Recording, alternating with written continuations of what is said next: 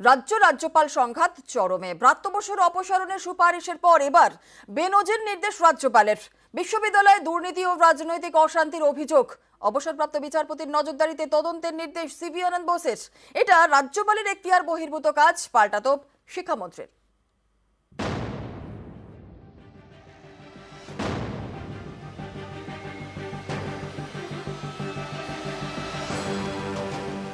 রাজ্যপাল দ্বৈরথ তুঙ্গে। প্রথমে ব্রাত্য বসুর অপসারণের সুপারিশ, এবার রাজ্যের বিশ্ববিদ্যালয়গুলিতে তদন্তের নির্দেশ রাজ্যপালের। বিশ্ববিদ্যালয়ে দুর্নীতি অশান্তির অভিযোগে তদন্তের নির্দেশ দিয়েছেন রাজ্যপাল সিভি আনন্দ বোস। বিশ্ববিদ্যালয় ক্যাম্পাসের অপব্যবহার করা হচ্ছে বলে অভিযোগ। এ নিয়ে অবসরপ্রাপ্ত বিচারপতির নজরদারিতে তদন্তের নির্দেশ দিয়েছেন রাজ্যপাল। I have been receiving a lot of complaints about corruption, violence, transgression of the election model code of conduct. All these put together meant government's undue interference in the autonomy of the universities against the acts and rules, the constitution and the judgments of the Supreme Court of India and the Calcutta High Court. I thought I should know the whole truth. Therefore, a judicial inquiry has been ordered. এ নিয়ে কটাক্ষ করে x হ্যান্ডেলে post করেছেন শিক্ষামন্ত্রী ব্রাত্য বসু। তিনি লিখেছেন, রাজনৈতিক উদ্দেশ্যে ও ভোটের কারণেই তদন্তের নির্দেশ দিয়েছেন রাজ্যপাল। এটা আচার্য ও রাজ্যপালের নির্দেশ। এখন প্রশ্ন হলো, আচার্যের যা এখতিয়ার, রাজ্যপালেরও কি সেই একই এখতিয়ার? Anybody can question anything in democracy. The answer remains in the constitution and the law. I have consulted lawyers and made my own research, compared with what is happening in other states, and has taken a decision which I am convinced is correct. And this is not the first inquiry I have ordered. This is the second inquiry. Judicial অর্ডারের কথা বলেছেন যে বিশ্ববিদ্যালয়গুলোতে নৈরাজ্য চলছে এবং তার কোনো লিখিত অর্ডার নেই, উনি টুইট করে দিয়েছেন। কিন্তু সরকার তো খালি টুইট বা ফেসবুকের উপর নির্ভর করে চলতে পারে না। তা আমরা আশা করে আছি যে উনি একটা নির্দিষ্ট লিখিত অর্ডার আপনাদের কাছেই দেবেন, যেখানে অর্ডারে দেওয়া আছে কেন জুডিশিয়াল বিচার, কার কারণে জুডিশিয়াল বিচার, কোন কারণে জুডিশিয়াল বিচার, কে সে বিচার করবেন। বিষয়টার মধ্যে একটা সাদা বাংলায় আমি যদি মন্ত্রকে না থাকতাম, আমি বলতাম যে বিষয়টার মধ্যে একটা রগড় আছে। এর আগে ব্রাত্য বসুর অপসারণের সুপারিশ করেন রাজ্যপাল সিভি আনন্দ বোস। এসবের প্রেক্ষাপট মালদার গৌড়বঙ্গ বিশ্ববিদ্যালয়। গত 30শে মার্চ সেখানে ব্রাত্য বসুর নেতৃত্বে একটি রাজনৈতিক বৈঠক হয়। এতেই নির্বাচনী বিধিভঙ্গের অভিযোগে ব্রাত্য বসুকে রাজ্যের মন্ত্রিসভা থেকে অপসারণের সুপারিশ করেন রাজ্যপাল সিভি আনন্দ বোস। এ নিয়ে পাল্টা সোশ্যাল মিডিয়ায় সরব হন শিক্ষামন্ত্রী। লেখেন, আমি রাষ্ট্রপতির কাছে রাজ্যপালকে অপসারণের সুপারিশ করলে বিষয়টি যতটা হাস্যকর হবে, এটা ততটাই হাস্যকর। কোথায় সুপারিশ করেছেন? উনি তো মুখ্যমন্ত্রীর কাছে সুপারিশ, সেটাও তো মুখ্যমন্ত্রীর নামটা অব্দি উনি নেননি মুখে। আমি যতদূর আইন অনুযায়ী জানি যে মুখ্যমন্ত্রী রাজ্যপালের কাছে মন্ত্রীদের নাম পাঠান, মুখ্যমন্ত্রীর উপর নির্ভরশীল কে মন্ত্রী থাকবেন কে থাকবেন না, মানে তার পরিষদীয় দলে, মুখ্যমন্ত্রীর পরিষদীয় দলে। নিউজ 18 বাংলা।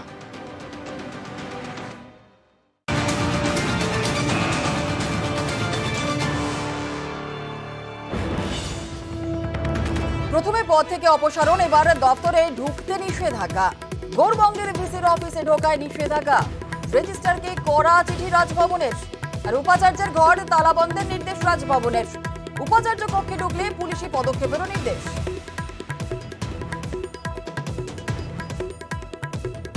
প্রফেসর রজত কিশোর দের চেম্বার বন্ধ করে দিতে বলা হয়েছে এবং তাতে করে কোনো যদি অসুবিধার সম্মুখীন হয় পুলিশ প্রশাসনের সাহায্য যোগাযোগ করার চেষ্টা করছি আমার এক্সিকিউটিভ কাউন্সিলের মেম্বারদের সঙ্গে। এক্সিকিউটিভ কাউন্সিলের সদস্য এবং উচ্চশিক্ষা দপ্তর নির্দেশ মতো আমাকে কাজ করতে হবে।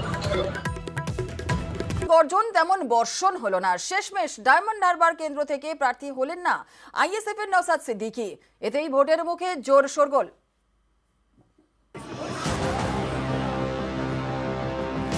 ডায়মন্ড হারবারে কি আপনারা প্রার্থী দেবেন? আমার ইচ্ছে আছে, আমি দাঁড়াবো। ডায়মন্ড হারবারের মানুষকে নিয়ে অভিষেক ব্যানার্জি তথা মুখ্যমন্ত্রীর ভাইপোকে পরাজিত করে প্রাক্তন এমপি করে কালীঘাটে পাঠিয়ে দেবো। যেরকম গর্জন সেরকম বর্ষণ হলো না। শেষমেশ ডায়মন্ড হারবার কেন্দ্র থেকে প্রার্থী হলেন না নওশাদ সিদ্দিকী। ইচ্ছে ছিল এখন আমি ক্যান্ডিডেট দাঁড়াবো, কিন্তু দল বেশ কিছু বিষয়কে উত্থাপন করে যে ডিসিশন নিয়েছে, আমাকে সেখানে লড়াই থেকে অব্যাহতি দিয়েছে। যথেষ্ট পটেনশিয়াল প্রার্থী আছে, তাকে আমরা জিতিয়ে কিভাবে পার্লামেন্টে পাঠানো যায় তার জন্য আমরা সর্বোচ্চদের সাথে লড়াই করব। খারাপ লাগবেই আমাকে, কিন্তু কিছু করার নেই, দলের ডিসিশন। তিনি তো দলের মুখ, তবু দাঁড়ালেন না ডায়মন্ড হারবারে। সেখানে তৃণমূলের প্রার্থী অভিষেক বন্দ্যোপাধ্যায়। অভিষেকের বিরুদ্ধে আইএসএফ এর প্রার্থী মজনু লস্কর। আইএসএফ এর জন্য নওশাদ, নওশাদের জন্য আইএসএফ নয়। হয়তো সাময়িকভাবে আমাকেও খারাপ লাগছে, দলের সিদ্ধান্ত নিয়েছে, এটাকে শিরোধার্য আমি মেনে নিলাম। শুধু ডায়মন্ড হারবার নয়, যে লক্ষ্যে আমাকে ওই লড়াই থেকে অব্যাহতি দিয়েছে, দলের যেখানে যেখানে প্রার্থী দেওয়া হয়েছে বা আগামী দিনে দেওয়া হবে, সেখানে সম্পূর্ণ এফর্ট দিয়ে আমি যাতে লড়াই করতে পারি, মানুষকে যাতে কনভিন্স করাতে পারি, তাদেরকে জিতিয়ে পার্লামেন্টে পাঠানোর যদি আমি একটা কারিগর হতে পারি, তাহলে নিজেকে ধন্য মনে করব। আইএসএফ কি করে সেদিকে তাকিয়েছিল বামেরা। নওশাদ দাঁড়ালে বামেরা ডায়মন্ড হারবারে প্রার্থী দিত না, কিন্তু সেরকম কিছু হলো না। নওশাদ দাঁড়াচ্ছেন না এটা জানার পরে ডায়মন্ড হারবারে সিপিআইএম প্রার্থী ঘোষণা করেছে। তাদের প্রার্থী প্রতিকুর রহমান। তাহলে কি ওখানে এই যে বিজেপি তৃণমূলের বিরুদ্ধে সবাই একসাথে লড়াই যে ঘোষণা করলেন নওশাদ সিদ্দিকী নিজে, সেখান থেকে সরে গেলেন কেন? ভোট কাটাকাটি করে বিজেপি বা তৃণমূলকে সুবিধা পাইয়ে দেওয়ার জন্য কি? ডায়মন্ড হারবার লোকসভা কেন্দ্রে সংখ্যালঘু ভোট প্রায় 40%। 2014 সাল থেকে এই কেন্দ্রে জিতছেন অভিষেক। 2019 সালে জেতেন 56.13% ভোট পেয়ে। নওশাদ যখন ডায়মন্ড হারবারে দাঁড়ানোর হুঙ্কার দেন, তখন অনেকেরই প্রশ্ন ছিল এটা কি বিরোধীদের কৌশল? কারণ সংখ্যালঘু প্রধান আসনে আইএসএফ এর বিধায়ক নওশাদ দাঁড়ালে তৃণমূলের মুসলিম ভোটে ভাগ হতে পারে। তেমনটা হলে বিজেপির লাভ। তাহলে কি মিমের মতো এ রাজ্যে বিজেপির বি টিম হতে চাইছে আইএসএফ? কেউ দাঁড়াবেন বলেছিলেন, সেটা একটা রাজনীতি। তারা তো বলেছেন যে নওশাদ সিদ্দিকী তাদের দলের একজন স্টার ক্যাম্পেনার। যদি একটা সিটে নওশাদ সিদ্দিকী আটকে যান, তাহলে তাদের সমস্যা হবে। নওশাদ নওশাদ নওশাদ করছিল সিপিএম, এখন নওশাদ সিপিএম এর অবসাদে পরিণত হয়েছে। সব সেটিং, সবকিছু ডায়লগ, খালি জল টানার দিকে, কিন্তু লোকে আর এদিক ওদিক তাকাচ্ছে না। নাইদার রাইট নর left, go straight BJP. News 18 Bangla. লোকসভায় আরো 5 কেন্দ্রের প্রার্থী ঘোষণা বামেদের। ডায়মন্ড হারবারে সিপিআইএম প্রার্থী প্রতিকুর রহমান, বসিরহাট কেন্দ্রের প্রার্থী সন্দেশখালীর প্রাক্তন বিধায়ক নিরাপদ সর্দার। অভিনেতা দেবদূত ঘোষকে ব্যারাকপুরের প্রার্থী করল সিপিআইএম। এছাড়াও বারাসতে প্রার্থী ফরওয়ার্ড ব্লকের প্রবীর ঘোষ। ঘাটালে তপন গঙ্গোপাধ্যায় লড়বেন সিপিআইএম থেকে। ব্যারাকপুরে সিপিআইএম দেবদূত ঘোষ, লোকসভা কেন্দ্র Barasat AIFB Prabir Ghosh, Basirhat CPIM Nirapada Sardar, Diamond Harbour Pratikur Rahman, Ghatal parliamentary constituency CPI Tapan Ganguly. Moyna BJP কর্মী খুনে এনআইএ তদন্ত। ময়না বিজেপি কর্মী বিজয় ভূঁইয়া খুনে এনআইএ তদন্তের নির্দেশ বিচারপতি জয় সেনগুপ্তর। 2 সপ্তাহের মধ্যে মামলা সংক্রান্ত নথি এনআইএ কে হস্তান্তর করতে নির্দেশ। পূর্ব মেদিনীপুর ময়নায় বিজেপি কর্মী খুন হয়। গুলি, বোমাবাজি সহ খুনের অভিযোগ ছিল। 1 মে 2023 খুন হয় বিজেপি কর্মী। খুব আশা ছিল যে খুনিরা শাস্তি পাবে আর এনআইএ তদন্ত দিবে। তবে আজকে এনআইএ তদন্ত শুনে আমরা আমাদের পরিবার সবাই খুশি হয়েছি। আরো খুশি হব যদি ওই যারা খুন করেছে আমার স্বামীকে, তারা যেন শাস্তি পায়, তারা ওই জেলের মধ্যে যেন পচে মরে, আমি সেটাই খুশি হব। কলকাতা আদালত বুঝতে পেরে এনআইএ তদন্তের রায় দিয়েছে, তাই আমরা এবং আমাদের পরিবার খুব খুশি হয়েছি এবং এদের এই খুনিদের নির্মমতম যেন শাস্তি হয়, শাস্তির অপেক্ষায় আমরা আছি, আর শাস্তি হলেই আমরা খুব খুশি হব। আইনের পথে চলবে, আমাদের বলার কোনো জায়গা আসে না, আমরা আইনের পথেই লড়াই করব।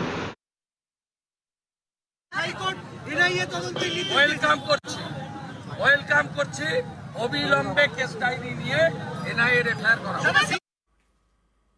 বারবার তার মন্তব্যে বিতর্ক, আর এই মন্তব্য বিতর্কের সাফাই দিলেন দিলীপ ঘোষ। তা করতে গিয়ে ফের একবার সরব বর্ধমান দুর্গাপুরের পদ্মপ্রার্থীর। মুখ্যমন্ত্রী যেটা বলেছেন, আমি তো ওনাকেই ফলো করি। বড় লোকেদেরকে ফলো করা নিয়ে মহাজন জিয়নগত সব পন্থা। দিলীপ ঘোষ বর্ধমান দুর্গাপুর লোকসভা আসনের বিজেপি প্রার্থী। এই ভোটের বাজারে বারবার তাঁর মন্তব্যে তৈরি হয়েছে বিতর্ক, কিন্তু দিলীপ অবিরাম, আবারও তিনি সরব। মুখ্যমন্ত্রী যেটা বলেছেন আমি তো ওনাকেই ফলো করি। বড় লোকেদেরকে ফলো করা নিয়ে মহাজন জেনগত সব পন্থা। উনি ওনার পার্টির নেতা মন্ত্রীরা, এর আগের যারা মন্ত্রী ছিলেন তাদের ডায়লগ শুনুন। দিলীপ ঘোষ তো রাজনীতি করতো না কোনোদিন। আমি মনে করলাম এটাই বোধহয় ট্রেন্ড। আমার মনে হয় এটা সহজে লোকে বুঝতে পারে, কিন্তু ওনারা যে হজম করতে পারেন না, এত হজম শক্তি কম, এটা আমি জানতাম না। বাপ শব্দটির ব্যবহার এটা তৃণমূলই আগে করেছে। দিলীপ তো মিথ্যে কথা বলছে এরকম তো নয়। তোর বাপকে বল তোর বাড়ির এত কিলোমিটারের মধ্যে আছে, কে বলেছিল? বিজেপির কোন নেতা বলেছিল? বিজেপির কোন নেতা তো বলেনি, তৃণমূল নেতা বলেছে। তৃণমূল কুকথার কোনো ট্রেন্ড সেট করেনি। যেভাবে অতীতে সিপিএম এই কুকথার যে বন্যা বইয়ে দিয়ে গেছে, সিপিএম হচ্ছে কুকথার শিল্পী, কুকথার স্রষ্টা, কপিরাইট সিপিএম এর কাছে। তারপর সেটা ইনহেরিট করেছে, যেহেতু সিপিএম এর ভোটাররাই আবার বিজেপির ভোটার, ফলে সেখান থেকে দিলীপ বাবুর নেতৃত্বে বিজেপি সেটা নিয়েছে।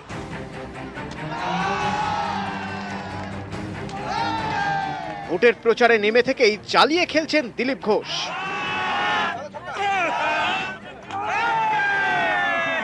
দিদি গিয়ে গোয়াতে বলেন আমি গোয়ার মেয়ে, ত্রিপুরায় আমি ত্রিপুরার মেয়ে। আমার বাপ তো ঠিক করুন, যাত্রার মেয়ে হওয়া ঠিক না। দিলীপের এই মন্তব্যে জল ঘোলা হয়।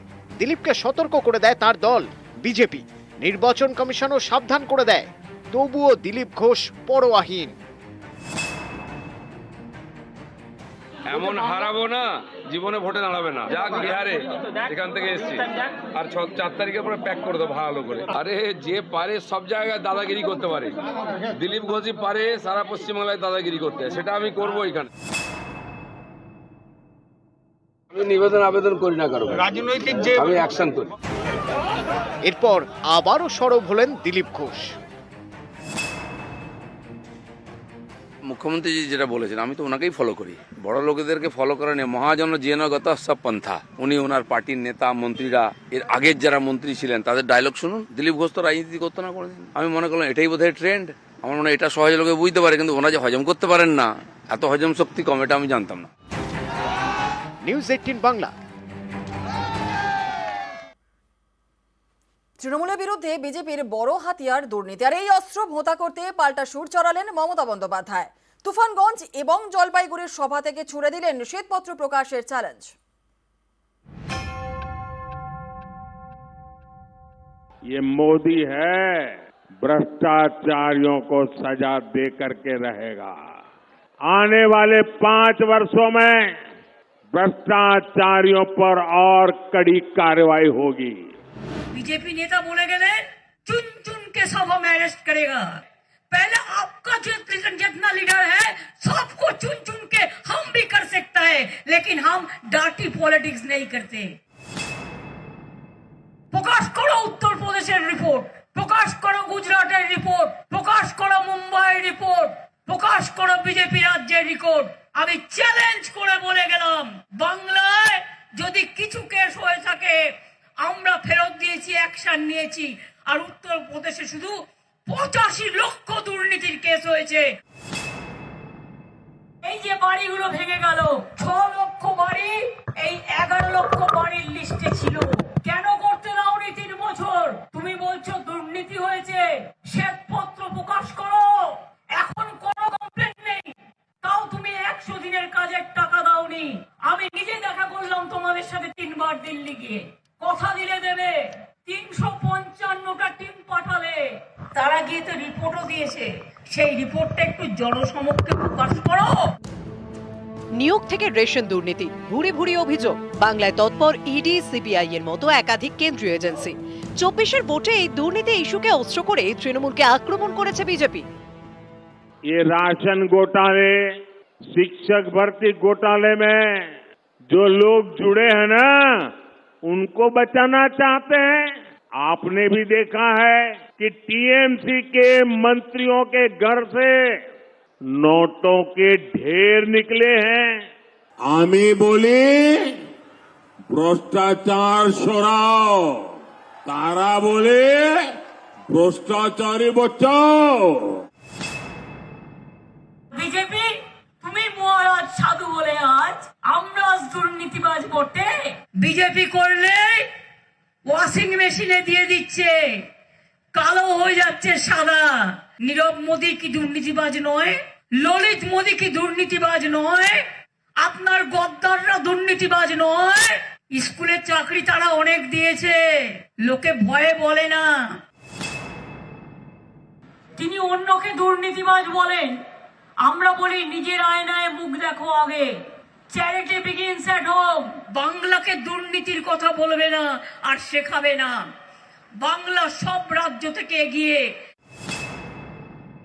প্রকাশ করো উত্তরপ্রদেশের রিপোর্ট, প্রকাশ করো গুজরাটের রিপোর্ট, প্রকাশ করো মুম্বাইয়ের রিপোর্ট, প্রকাশ করো বিজেপি রাজ্যের রিপোর্ট। আমি চ্যালেঞ্জ করে বলে গেলাম, বাংলায় যদি কিছু কেস হয়ে থাকে আমরা ফেরত দিয়েছি, অ্যাকশন নিয়েছি। আর উত্তরপ্রদেশে শুধু 85 লক্ষ দুর্নীতির কেস হয়েছে। নিউজ 18 বাংলা। ইস্যুর আকাল রয়েছে বিরোধীদের, তাই বারবার সিএএ নিয়ে অপপ্রচার হচ্ছে। নেটওয়ার্ক 18 এর ম্যানেজিং ডিরেক্টর রাহুল যোশীর সঙ্গে এক্সক্লুসিভ সাক্ষাৎকারে অভিযোগ প্রতিরক্ষা মন্ত্রী রাজনাথ সিং এর। পদ্মের টার্গেট 2019 এর রেজাল্ট দ্বিগুণ করার। 36 আসন পাবে বিজেপি, প্রত্যয়ী রাজনাথ সিং। सीएए पहली बार आप जब होम मिनिस्टर थे तब आया था, पारित भी हो गया था, उसके बाद फिर वापस जो है दोबारा आप लोग लाए। और इस बार जब सीएए की बात कर रहे हैं, जब रूल्स नोटिफाई हुए हैं, तो पहली बार बहुत इसका देश वेश में काफी खिलाफ लोग इसके प्रदर्शन भी हुए थे। इस बार इतना कुछ हुआ नहीं, तो क्या आपको लगता है लोगों की अब ये समझ में आ रहा है? देखिए, मैं समझता हूं कि सबसे बड़ा संकट यदि विपक्ष के पास है तो सबसे बड़ा संकट है उनके पास मुद्दों का अकाल है। अब इसको लेकर तरह तरह की गलतफहमी पैदा करने की कोशिश जो है विपक्ष के द्वारा की गई है। लेकिन मैं विश्वास के साथ कह सकता हूं कि इस सिटीजनशिप अमेंडमेंट एक्ट के कारण किसी की नागरिकता समाप्त नहीं होने जा रही है। कल ममता बनर्जी ने कहा है कि लोग वोट नहीं दे पाएंगे जब ये हो जाएगा, तो और उसके पीछे डीएमके ने भी कहा है कि इसको हम होने नहीं देंगे। हेल्दी डेमोक्रेसी में इस तरीके से जनता को गुमराह नहीं किया जाना चाहिए। और मैं समझता हूं ममता जी को भी जानकारी होगी इस सच्चाई की कि इस नागरिकता कानून यानी सिटीजनशिप अमेंडमेंट एक्ट के कारण किसी की नागरिकता जाने वाली नहीं है। अगर क्रोनोलॉजिकली देखें तो सीएए के बाद नेशनल रजिस्टर ऑफ सिटीजन्स भी आना चाहिए, एनआरसी आना चाहिए। इसके बारे में क्या बुरा है? जो भारत के नागरिक हैं, यदि उनका रजिस्टर तैयार होता है, इसमें किसी को क्यों आपत्ति होनी चाहिए? चुनाव गर्म है, थोड़ा चुनाव पे बात करते हैं। 370 बहुत ही बोल्ड टारगेट, कहां से सीटें आएंगी? मैं पूरी तरह से कॉन्फिडेंट हूं कि 370 का भारतीय जनता पार्टी की सीटों के संबंध में कह रहा हूं, जो 370 सीटों पर भारतीय जनता पार्टी को विजय प्राप्त होगी, इसके संबंध में कहीं पर कोई शंका नहीं है। हम पूरी तरह से आश्वस्त हैं। और एनडीए को 400 पार। नहीं, ये तो बहुत बड़ा नंबर है। क्या और ये इस आधार पर कह रहे हैं कि जनता का जिस तरीके से विश्वास हम लोगों को प्राप्त हो रहा है, भारतीय जनता पार्टी, एनडीए और हमारे प्रधानमंत्री मोदी जी को जिस तरीके से प्राप्त हुआ है, उस आधार पर इंटेलिजेंस एजेंसीज का जो इस्तेमाल हो रहा है, ऑपोजिशन कह रही है, वो सिर्फ ऑपोजिशन लीडर्स को हैरेस करने के लिए हो रहा है। वो कहते हैं कि ज्यादातर इसमें ऑपोजिशन लीडर्स को ही हैरेस किया जाता है। यहां तक कि 2 मुख्यमंत्रियों को भी आपने जेल के सलाखों के पीछे भेज दिया है। अपोजिशन का यह आरोप पूरी तरह से तथ्यों से परे है, पूरी तरह से निराधार है। एजेंसी अपना काम कर रही है। करप्शन को हम रूट आउट करना चाहते हैं, न रूट आउट हो तो कम से कम मिनिमाइज तो हम करना चाहते हैं। हमारा यही एफर्ट है। और उसके लिए एजेंसी यदि अपना काम कर रही है और लगता है विपक्ष को एजेंसी गलत काम कर रही है, गलत तरीके से लोगों को फंसाया जा रहा है, तो उसको लेकर वह कोर्ट भी जा रहे हैं। तो कोर्ट से उनको जो रिलीफ मिलनी चाहिए वो क्यों नहीं रिलीफ मिल रही है? क्या आप ये कह देंगे कि कोर्ट के ऊपर हम लोगों ने अपना प्रभाव जमा रखा है? बंगाल में आपको क्या लग रहा है? पिछली बार एक अच्छा प्रदर्शन था, 18 सीटें आई थी 40 में। 18 उसके बाद आप विधानसभा का चुनाव हारे, जीत का माहौल बना हुआ था, मगर सिर्फ 77 सीटें ले आए। और इस बार क्या देख रहे हैं आप? आपको क्या लग रहा है? इतनी बात तो पक्की है कि पहले से अधिक सीटों पर विजय प्राप्त होगी। कितनी अधिक? अब कोशिश हमारी यह है कि 18 का 36 कर लें। दुगनी? कोशिश तो यही है और विश्वास भी है जी, प्रयत्न भी है और विश्वास भी है। तो पहले आप मुझे लगता है नेता जिन्होंने 36 का आंकड़ा दे दिया, बहुत बड़ा आंकड़ा दिया। हाँ, इसे डबल करना ही चाहते हैं। अमित शाह जी भी 25 से कह रहे थे ऊपर आएगी। नहीं, उन्होंने कहा होगा, लेकिन मुझे लगता है कि टारगेट हम लोगों का तो 36 का है। संदेश खाली जैसी जिस प्रकार की दुर्भाग्यपूर्ण घटना घटित हो रही थी और बिल्कुल चुप्पी साधे हुए वहां की राज्य सरकार बैठी थी, और आपने देखा होगा कोर्ट ने भी लताड़ा है जी राज्य सरकार को। जी